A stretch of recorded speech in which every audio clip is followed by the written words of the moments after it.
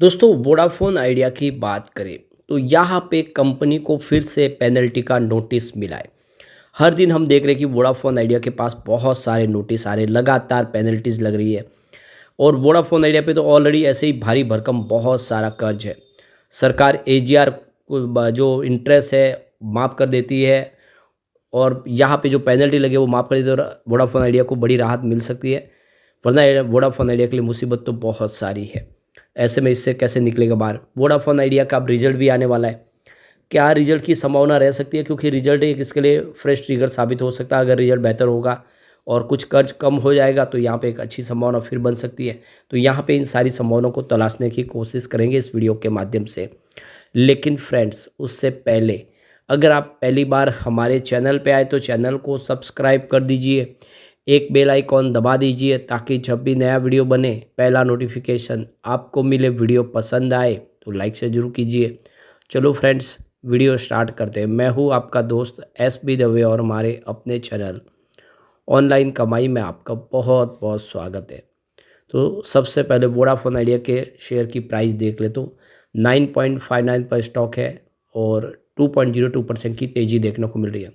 Stock काफ़ी बेहतर लग रहा है। ₹6.5 से जब दौड़ना शुरू किया 9.5 तक आ चुका है। अब यहाँ पे जो बड़ी अपडेट निकल के आ रही है, कंपनी के खिलाफ एक ऑर्डर पास किया गया है और ये central goods and service tax act 2017 के तहत इनको ये पेनल्टी का ऑर्डर मिला है। तो नेम ऑफ अथॉरिटी देखें तो यहाँ पे assistant commissioner CGST division 3 Noida की तरफ से ये इनके ऊपर ऑर्डर निकला है। Nature and detail action taken order pass जो किया गया है उसमें देख सकते हो कि ऑर्डर पास बस 74 central goods and service tax 2017, और इसके तहत जो पेनल्टी लगाई गई है वो है 12,39,265 rupees along with demand and interest as applicable. तो साथ में जो इंटरेस्ट होगा वो भी जोड़ा गया है। तो 4 फरवरी 2025 को इनको ये लेटर प्राप्त हुआ है, इनके ऊपर ये कार्रवाई की गई है। अब इसमें क्या वायलेशन हुआ है तो देख सकते हो कि जो allegation of short short tax paid for financial 2017-18, यानी जो टैक्स पे किया गया है वो पूरा नहीं किया गया है, वो कम किया गया है। अनुमान के अनुसार जो टैक्स बनता है उतना नहीं किया गया है। तो कंपनी का कहना है कि इसका क्या असर पड़ेगा, जो पेनल्टी देनी पड़ेगी। तो कहा है कि मैक्सिमम फाइनेंशियल इम्पैक्ट पड़ेगा, और जो टैक्स डिमांड की गई है उसकी वजह से बिजनेस पे बहुत ज़्यादा नेगेटिव असर पड़ सकता है, और हमें ये मंजूर नहीं है जो टैक्स हमारे पे लगाया गया है, जो हमारे पे पेनल्टी लगाई गई है। और हम इसके आगे अपील करेंगे इस पूरे मामले को लेकर। हम चाहते हैं कि ये माफ़ किया जाए। तो देख सकते हो कि कल भी हमने डिस्कस किया था, अलग अलग राज्यों के माध्यम से बहुत सारी पेनल्टी लग रही है। कभी तो जो अमाउंट है 100 करोड़ से ऊपर भी पेनल्टी के तौर पे आ रही है। तो ये सारी जो बातें हैं ये चिंता की विषय है वोडाफोन आइडिया के लिए भी, और इस सब से निपटना भी पड़ेगा। वैसे एक अच्छी बात यह है कि दोनों प्रमोटर कोशिश कर रहे हैं कि कंपनी को फिर से मजबूती से आगे बढ़ाए, और देख सकते हो सरकार का पूरा सपोर्ट मिल रहा है। ऐसे में आने वाले समय उम्मीद कुछ बेहतर की जा सकती है। अब इसका रिजल्ट आने वाला है, तो 11/2/2025 को कंपनी अपना Q3 का रिजल्ट डिक्लेयर करेगी, और साथ में 9 मंथ का जो रिजल्ट होगा वो भी साथ में इसके साथ शेयर किया जाएगा। तो इनसाइडर ट्रेडिंग के लिए ट्रेडिंग विंडो क्लोज है वो 13/2/2025 को, यानी 48 घंटे के बाद रिजल्ट डिक्लेयर होने के बाद खुल जाएगी। तो कंपनी के जो भी बोर्ड मेंबर्स है या फिर एम्प्लॉयज़ है या प्रमोटर, सब अपनी ट्रेडिंग कर पाएंगे। शेयर खरीदने हैं या फिर बेचने तो वो कर पाएंगे। ये 13 तारीख से शुरू हो जाएगा। अब 11 को कंपनी अपना रिजल्ट देगी, और इसकी जो कॉन्फ्रेंस कॉल रखी गई है अपने इन्वेस्टर के साथ में, वो कंपनी की तरफ से देख सकते हो कि यहाँ पे रिजल्ट के बाद रखी गई है 12 फरवरी को। थर्ड क्वार्टर का रिजल्ट और 9 मंथ का जो रिजल्ट है वो अपने सब इन्वेस्टर के साथ में डिस्कस किया जाएगा। उसकी सारी डिटेल जानकारी शेयर की जाएगी। तो सेम डे नहीं है बल्कि दूसरे दिन रखा जाएगा। इसका मतलब ये है कि रिजल्ट लेट आएगा, बाजार क्लोज होने के बाद ही आएगा, तो उसका जो असर होगा वो दूसरे दिन देखने को मिलेगा। अब रिजल्ट की क्या संभावना बन सकती है? अगर हम क्वार्टर ऑन क्वार्टर बेसिस पे रिजल्ट भी देखें, अगर पिछले रिजल्ट Q1 और Q2 का रिजल्ट कैसा था, तो सबसे पहले बात कर ले रेवेन्यू की। जून क्वार्टर में 10,743 करोड़ का रेवेन्यू बताया था, जो सितंबर क्वार्टर में बढ़ के 11,218 करोड़ के आसपास पहुंच गया, यानी रेवेन्यू बढ़ा है क्वार्टर ऑन क्वार्टर बेसिस पे। खर्च की बात करें तो 6,304 करोड़ का खर्च था जून क्वार्टर में, यानी Q1 में, जो Q2 में बढ़ के 6,383 करोड़ तक पहुंचा। थोड़ा सा खर्च बढ़ा है।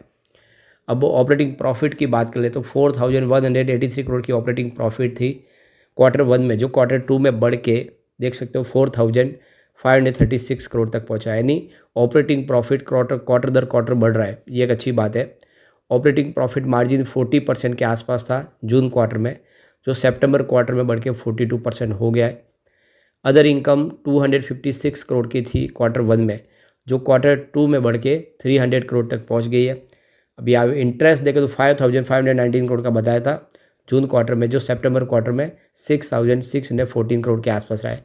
डेप्रिसिएशन 5369 करोड़ का था जून क्वार्टर में, जो सितंबर क्वार्टर में 5404 करोड़ तक पहुंचा। अब यहाँ पे प्रॉफिट बिफोर टैक्स की बात कर ले तो 6427 करोड़ का प्रॉफिट बिफोर टैक्स बताया माइनस में, और यहाँ पे देख सकते हो सितंबर में ये 7168 करोड़ माइनस रहा है। यानी ये एक सबसे बड़ी प्रॉब्लम है कि जो कंपनी का लॉस है वो बड़ा है।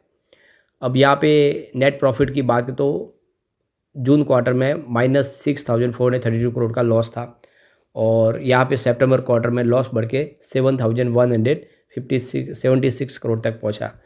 तो यही इसका सबसे बड़ा माइनस पॉइंट है। बाकी ऑपरेटिंग प्रॉफिट बढ़ा, रेवेन्यू भी बढ़ा, लेकिन कंपनी का साथ में लॉस बढ़ गया। लॉस कम होना बहुत ज़रूरी है।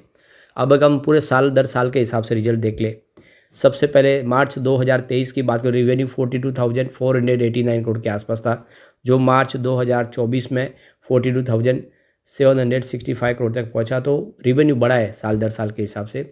खर्च की बात करें तो 25,360 करोड़ के आसपास था मार्च 2023 में, जो 24 में 25,526 करोड़ तक पहुंचा। तो खर्च भी बढ़ा। ऑपरेटिंग प्रॉफिट की बात करें तो 16,817 करोड़ के आसपास था मार्च क्वार्टर में, जो मार्च 2024 में देख सकते हो बढ़ के 17,126 करोड़ तक पहुंचा। तो ऑपरेटिंग प्रॉफिट बढ़ा है साल दर साल के हिसाब से। ऑपरेटिंग प्रॉफिट मार्जिन 40% के आसपास है, जो अनचेंज है। इसके अलावा अदर इनकम देखे तो 311 करोड़ की थी मार्च 2023 में, 24 में वो घट के 113 करोड़ के आसपास है, यानी अदर इनकम कम हुई है। अब इंटरेस्ट 23,354 करोड़ के आसपास बताया मार्च 2023 में, जो 24 में 25,766 करोड़ के आसपास था। डेप्रिसिएशन 23,050 करोड़ के आसपास था, वो जो बढ़ के अब देख सकते हो कि करीब 22,634 करोड़ के आसपास है। डेप्रिसिएशन कम। प्रॉफिट बिफोर टैक्स की बात करें तो यहाँ पे 29,298 करोड़ का लॉस था, जो बढ़ के मार्च 2024 में 30,410 करोड़ तक पहुँच गया है। नेट प्रॉफिट देख सकते हो कि लॉस बताया है 29,301 करोड़ का मार्च 2023 में, जो 24 में देख सकते हो कि बढ़ते हुए लॉस 31,238 करोड़ तक पहुंचा है। तो ईयर बेसिस पे भी लॉस बढ़ा ही है, यही इसकी सबसे बड़ी प्रॉब्लम है। तो कभी 118 के ऊपर ट्रेड करने वाला आइडिया का शेयर 9 से 10 रुपये के बीच में झूल रहा है। अप्रैल 2015 में यह 118 रुपये तक पहुंचा था, और देख सकते इसके बाद में इस स्टॉक में लगातार गिरावट होती रही, और मार्च 2020 में 20 में देख सकते कि 3 रुपये के आसपास आ गया था। इसके बाद अधिकतम इसने 19.18 रुपीज़ का एक हाई बताया। पिछले 5 साल के रिटर्न की बात करें तो इसने 77% से अधिक का रिटर्न दिया है, जबकि पिछले 1 साल में 32% से ज़्यादा टूट चुका है। इसका 52 वीक का लो 6.61 का है। अब AGR की बात कर ले तो AGR के लिए फैसला सरकार शायद लेगी, क्योंकि आप देखें तो जो AGR है उसको लेकर यहाँ पे जो वित्त सचिव है तुहिन कांत पांडे, उनका कहना है कि अभी इस प्रस्ताव पर विचार किया जा रहा है, सरकार इसके ऊपर फैसला ले सकती है।